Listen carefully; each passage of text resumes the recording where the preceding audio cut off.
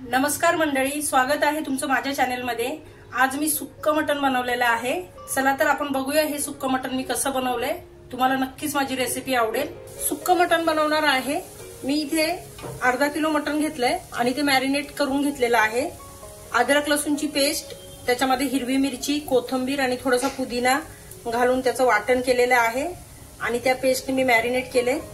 अर्धा चमचा हळद आणि 2 चमचे धना पावडर आणि चवीनुसार मीठ घालून हे अर्धा तास मी मॅरिनेट करायला ठेवलेलं।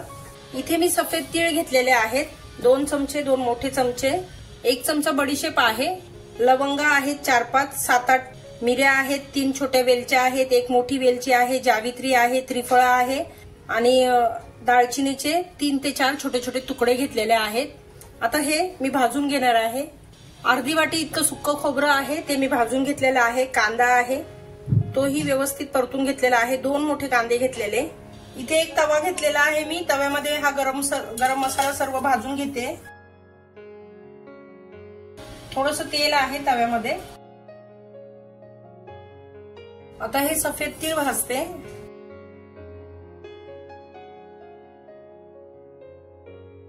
तीळही भाजून झालेले आहेत। थोडीशी तडतड वाजायला लागले की काढून घ्यायचे, जास्त भाजायचे नाही। मसाले थंड होत आहेत वाटण करायला, तोपर्यंत आपण मटण फोडणीला घालून घेऊया। 2 चमचे इतकं मी तेल घातलेलं आहे। आता यामध्ये तेजपत्त्याची पानं घालते, कढीपत्ता घातलेला आहे मी आणि हे मॅरिनेट केलेलं मटण त्यामध्ये घालते। मटण छान तेलामध्ये परतून घेते आणि गॅसची फ्लेम स्लो करून मी थोडा वेळ वाफायला ठेवते मटण। आपलं मटण शिजतंय तोपर्यंत आपण इथे गरम मसाला आणि सफेद तीळ वाटून घेऊया। म्हणजे मटण थोडंसं परतून घेतलेलं आहे मी। आता यावरती ही प्लेट ठेवते आणि प्लेट वरती मी पाणी ओतलेलं आहे। आता हे मटण लो टू मीडियम गॅसवर असं शिजू देणार आहे। जसं जसं पाणी आटत जाईल मटणातलं तसं तसं आपण पाणी ओतायचंय। गरम मसाला आणि सफेद तीळ वाटून झालेले आहेत। इथे कढीपत्त्याची पानं आहेत ती घालते। कोथिंबीर मी ऑलरेडी अद्रक लसूण सोबत वाटलेलं आहे, त्यामुळे मी आता कोथिंबीर नाही घालणार आहे। आणि हे खोबरं आणि कांदा मी वाटून घेते। इथे आपलं कांदा खोबऱ्याचं वाटण तयार झालेलं आहे। त्यामध्ये गरम मसाला आहे। अद्रक लसूण मी वापरलेलं नाही, कारण मॅरिनेट करतानाच मी लागेल तसं, म्हणजे जेवढी आपल्याला अद्रक लसूणची गरज आहे मटणासाठी तेवढं मी मॅरिनेट करतानाच लावून ठेवलेलं होतं।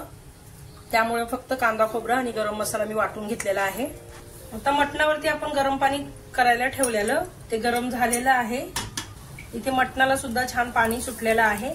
आता मटण शिजेल इतपत आपल्याला पाणी घालून व्यवस्थित असं शिजवायचं आहे। अर्धवट झाकण ठेवते, नाहीतर मटण उतू येणार।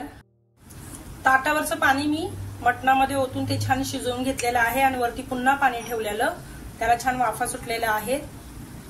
तर इथे मी छान 80-90% इतकं मटण शिजून घेतलेलं आहे। इथे मी एक कढई घेतलेली आहे। कढईमध्ये मी तेल घालते। 2 चमचे आपण मटण शिजताना घातलेलं, आता मी 2.5 चमचे इतकं तेल घालते। तेल व्यवस्थित तापलं की मी हे लसूण आहे न सोलताच मी हे मटणामध्ये घालणार आहे। त्याचसोबत हा कांदा आहे 1 मोठा चिरून घेतलेला, हा घालते। कांदा छान लालसर झालेला आहे। टोमॅटो घालते। चवीनुसार मीठ घालते। मी मॅरिनेट करताना मीठ घातलेलं, त्या बेताने घालावं। आता एखाद मिनिटभर मी याच्यावर झाकण ठेवते, म्हणजे आपले टोमॅटो छान मऊसूद होतील। 1-2 मिनिटं झाकण ठेवलेलं मी।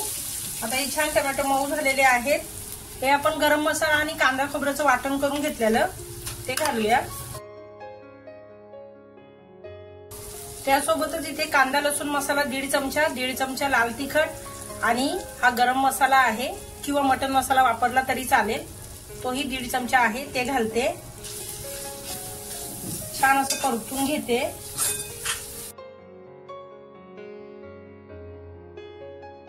आता हे शिजवून घेतलेलं मटण आहे हे घालते। आता अगदी थोडंसं पाणी घालते